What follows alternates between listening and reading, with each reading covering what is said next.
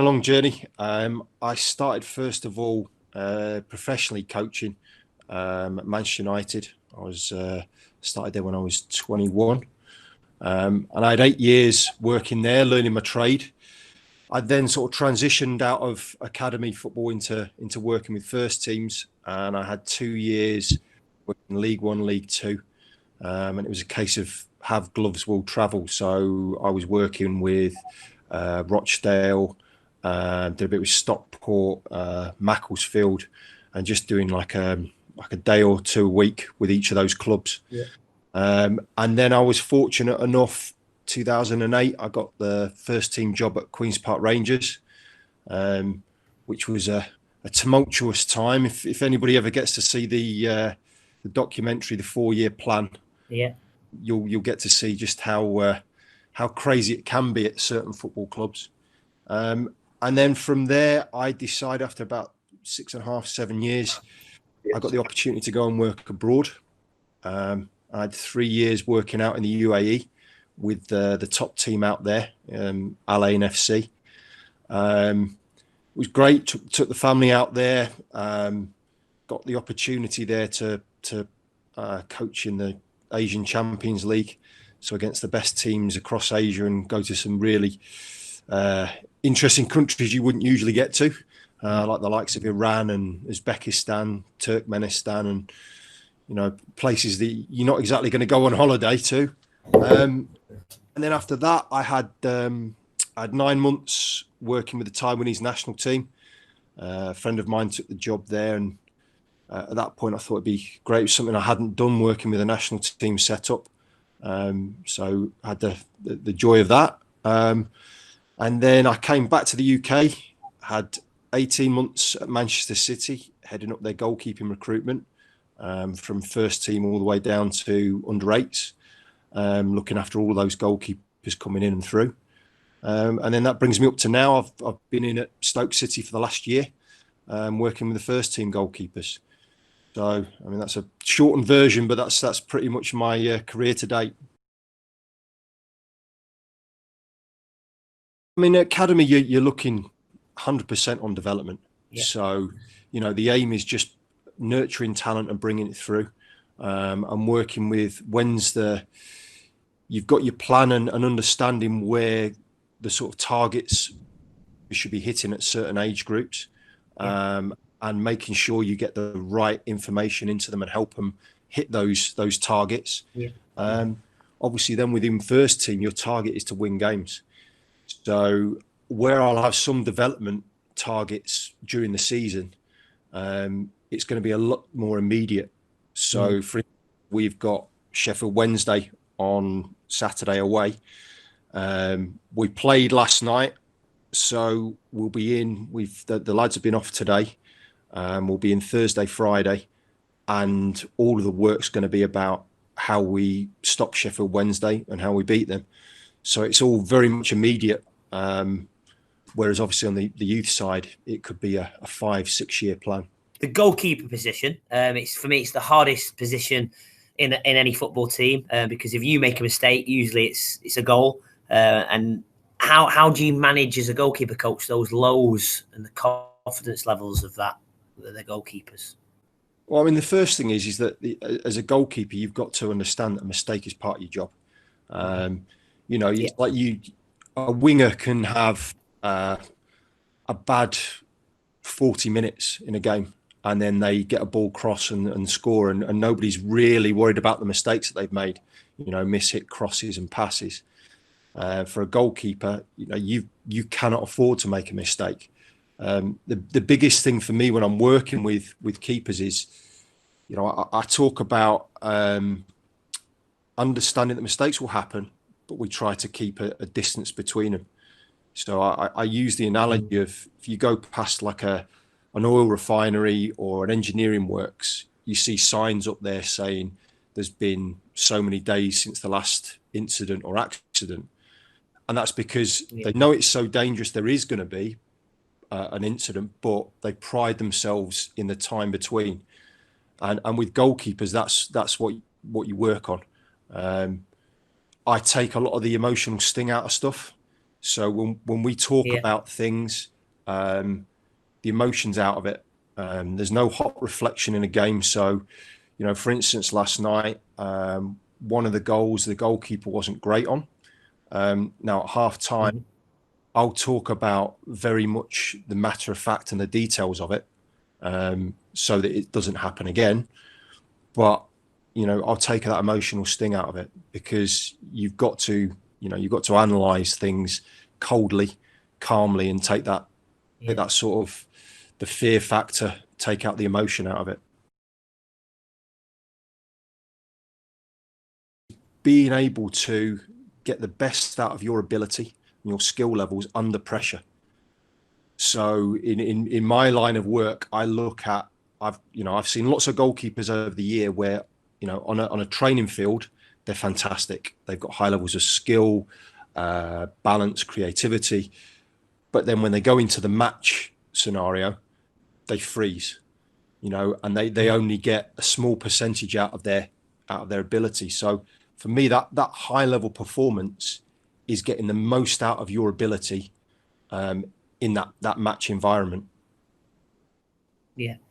And in terms of that goalkeeper, what do you think the key behaviours to enforce that are amongst any athlete, any goalkeeper, to make sure they hit that high performance?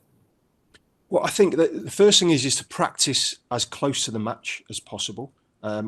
Situations, so that it's not a surprise when things happen in the game.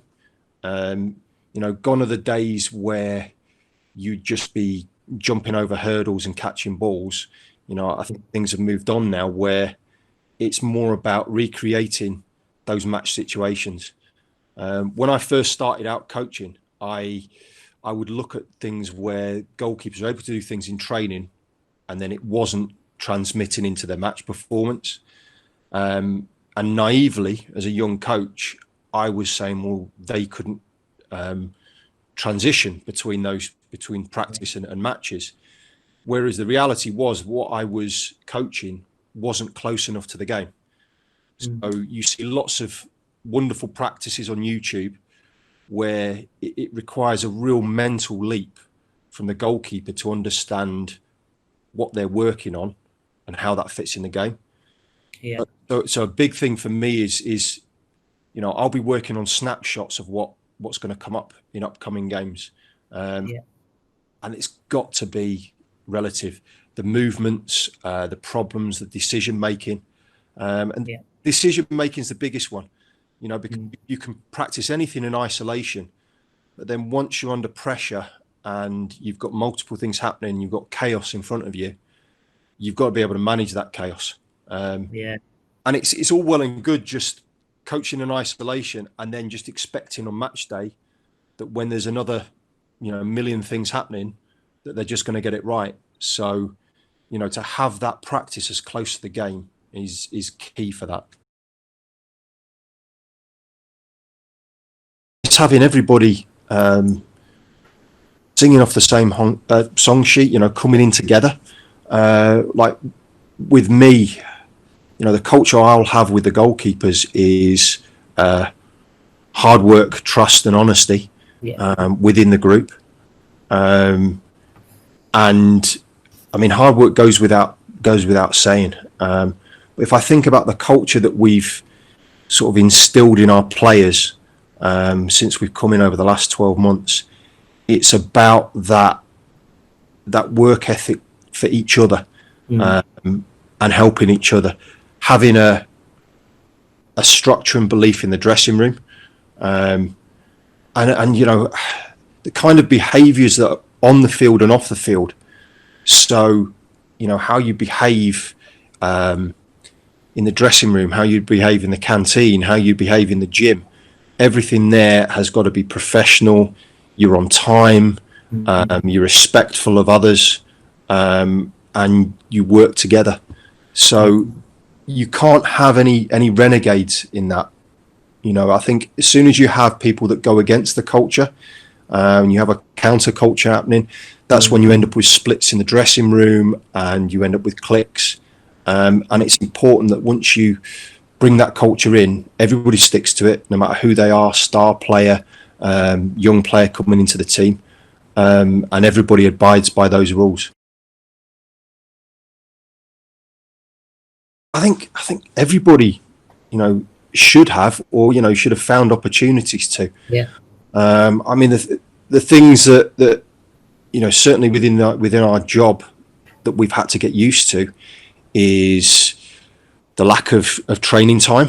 Yeah. So, we've gone into this new season where we're playing every three days, and that means that so we played last night. The players have got a day off today, which is few and far between at the minute. Then we've got a 2-day lead into a game, and you learn how to really prioritize what you need, because if we had a Saturday to Saturday window of training, you'd have your Sunday off. Yeah. We'd have a steady day Monday, Tuesday a little bit higher workload. Then the players would get a Wednesday off usually. Thursday would be tactical, looking at the game. And then Friday would be a light session, probably looking at set plays and last little bits of tactics with a team shape. But when you microwave that down into 2 or 3 days, yeah, you've really, you've got to say, right, well, what do we need and what don't we need here? Yeah. So I definitely think that during this period, I've learned how to cut out what's just extra stuff that's not important. Yeah. So set the priorities, really. Yeah. And it's the same for the players. It's also getting them to understand, because professional sportsmen can be very superstitious, and they've got their needs, and they feel that if they don't do a certain thing on a certain day, or they get a certain, like some goalkeepers I'd have worked with, they'd be wanting a certain amount of catches. They need to get half volleys in. They need to do this, but if you haven't got the time to do all that, then you start to, you have to start to lose some of those superfluous, things. So it takes away a little bit of that, the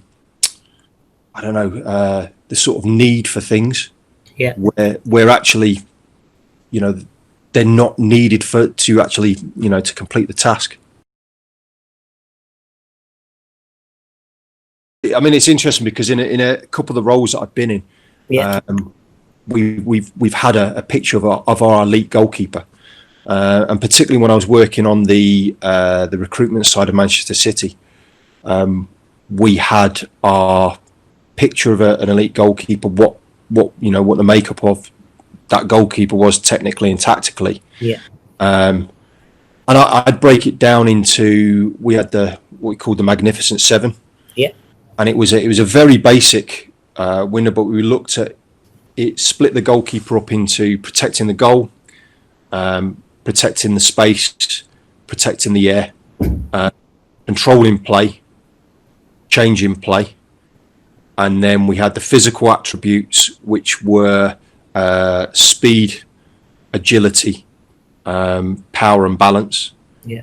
And then on the mental side, it was about control, confidence, competition, and we had put all of these together and we graded them within different age groups and what those meant for each age groups. Yeah.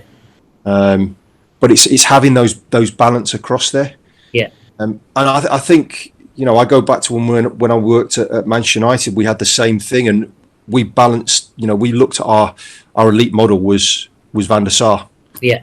So the elements that he had, and then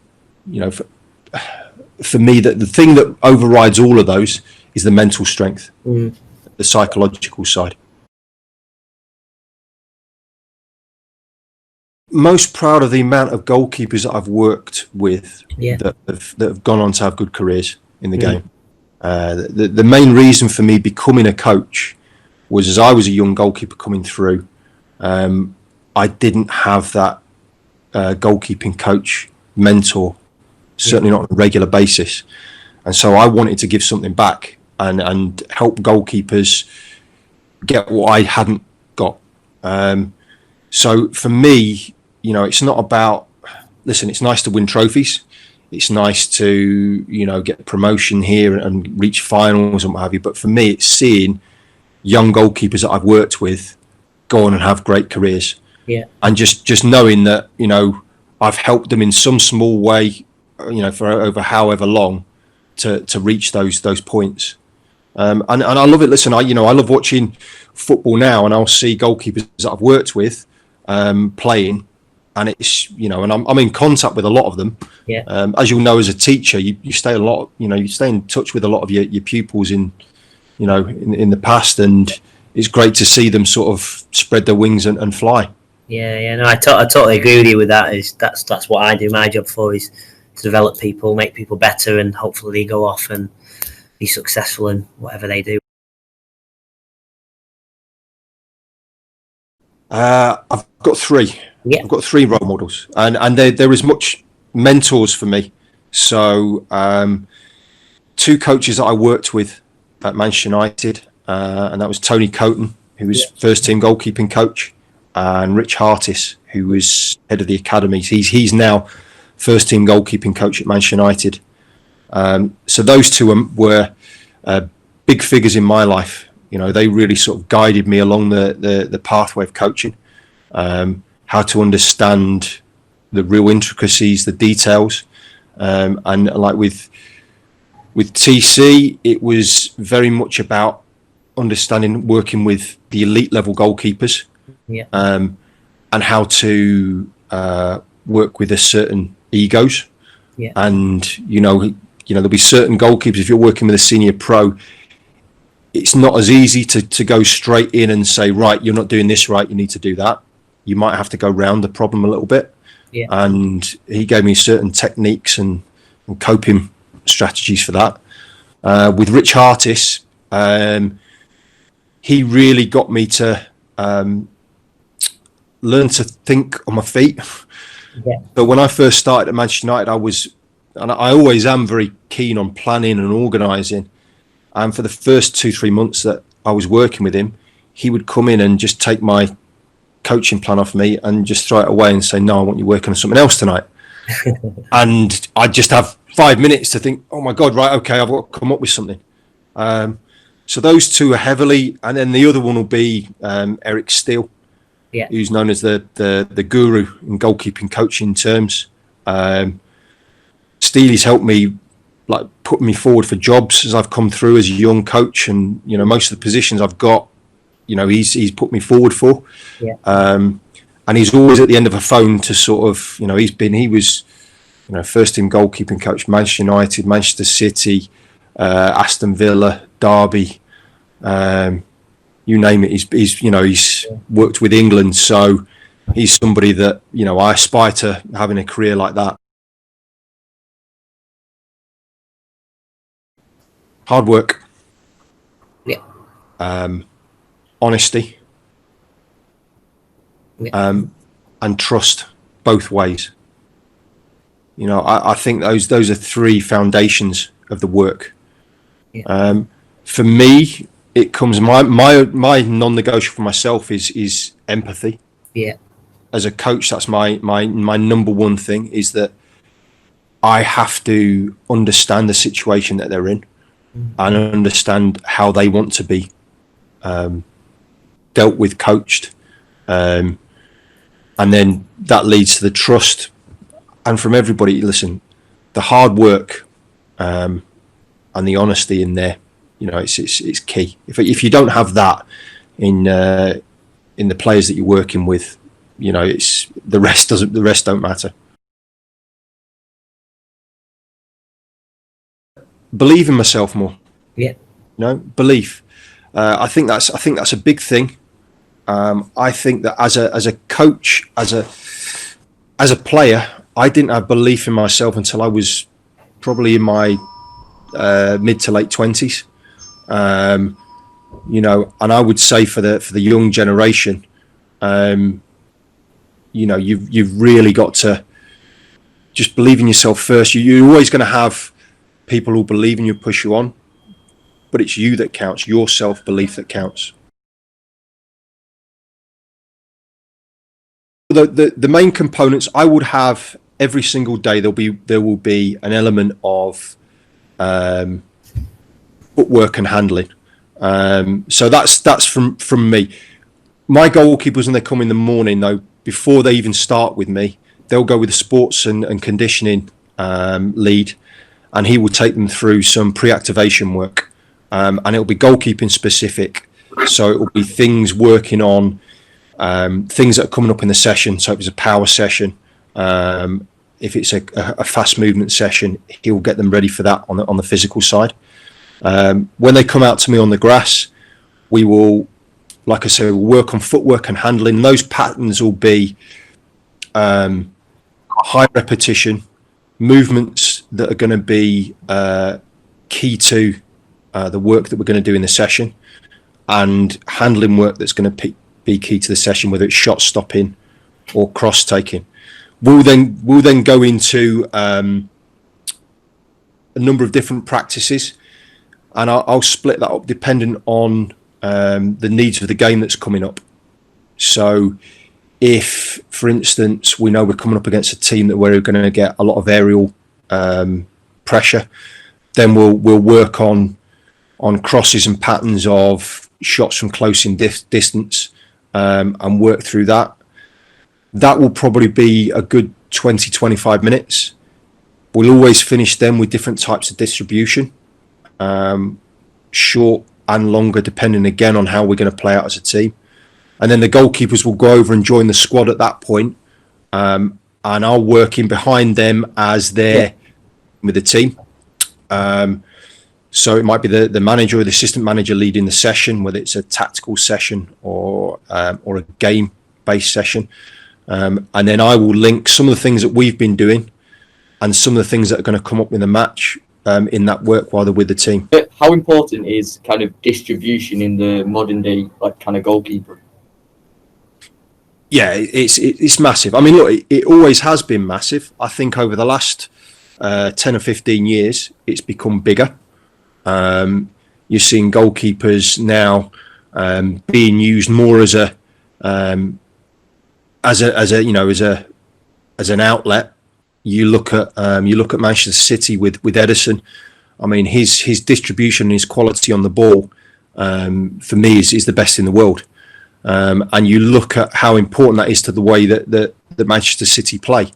So, I remember before I joined Manchester City, watching them against Spurs, and Spurs looked to play a high press, and Ederson alone was killing that press, and he was playing through lines into the midfield and taking out 4 and 5 players with a pass.